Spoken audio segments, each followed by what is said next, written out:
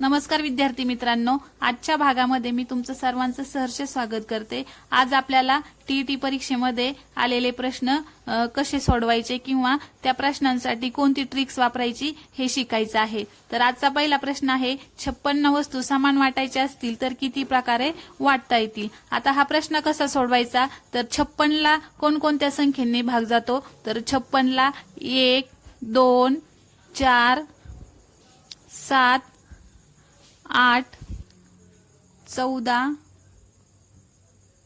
28 आणि 56।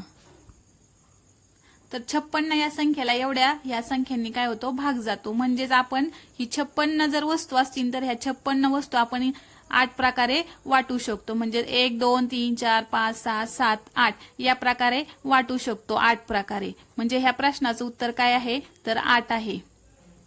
तर आता हा प्रश्न सोडवताना आपल्याला त्या संख्येला कोणकोणत्या संख्येने भाग जातो किंवा ही संख्या कोणाकोणाच्या पाड्यात आहे ते आपल्याला शोधावं लागतं। यामध्ये आपला खूप वेळ जातो, म्हणून मी तुम्हाला या प्रश्नाची एक ट्रिक सांगणार आहे। तर आता हे 56 आहे आणि ह्या 56चे काय करायचे, आपल्याला अवयव पाडायचे आहेत।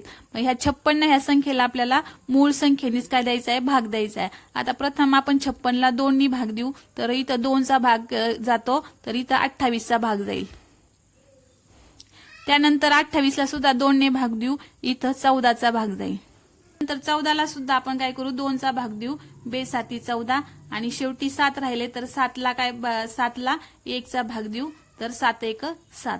तर या प्रकारे आपण काय केलं, 56 चे अवयव पाडले। आता 56 चे अवयव पाडल्यानंतर काय करायचंय, हे 2 किती, तर या प्रकारे आपण आता 56 चे अवयव पाडलेत। आता इथं 2 आहेत, हे 2 किती वेळा आलेत, 3 वेळा आलेत। म्हणून आपण काय करायचं, हे 3 वेळा आलेत ना, तर आणखी एक वेळा काय करायचे, 2 लिहून घ्यायचे। म्हणजे 2 हे किती वेळा झाले, 4 वेळा झाले, म्हणून आपण हे 4 इथं लिहायचे। त्यानंतर आता 7 हा अंक किती वेळा आलाय, तर एकदाच आलाय, म्हणून आपण इथं एक्स्ट्रा अजून एक 7 घ्यायचा। म्हणजे 7 हे किती वेळा झाले, 2 वेळा झाले, आणि हे 2 इथं लिहायचे आणि यांचा गुणाकार करायचा ह्या दोन्ही संख्यांचा, 4 दुने 8। हा प्रश्न जर आपण असं सोडवला की 56 कोणत्या पाड्यात आहे किंवा 56 ला कोणकोणत्या संख्येने भाग जातो, तर इथे आपला जास्त वेळ जातो। पण ह्या ट्रिक्सने जर सोडवलं तर आपण 2 ते 3 सेकंदामध्ये हे उत्तर काढू शकतो। प्रश्न दुसरा आहे, 36 वस्तू समान वाटायच्या असतील तर किती प्रकारे वाटता येतील। हा प्रश्न टीईटी 2017 साली आलेला आहे।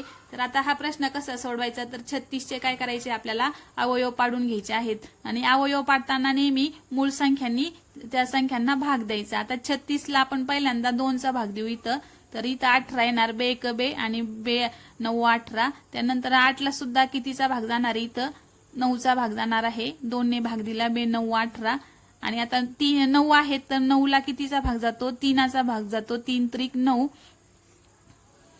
3 ला 3 चा भाग म्हणजे 3 1 3। आता या पद्धतीने आपण ह्यांचे अवयव पाडून घेतले, 36 चे अवयव पाडले।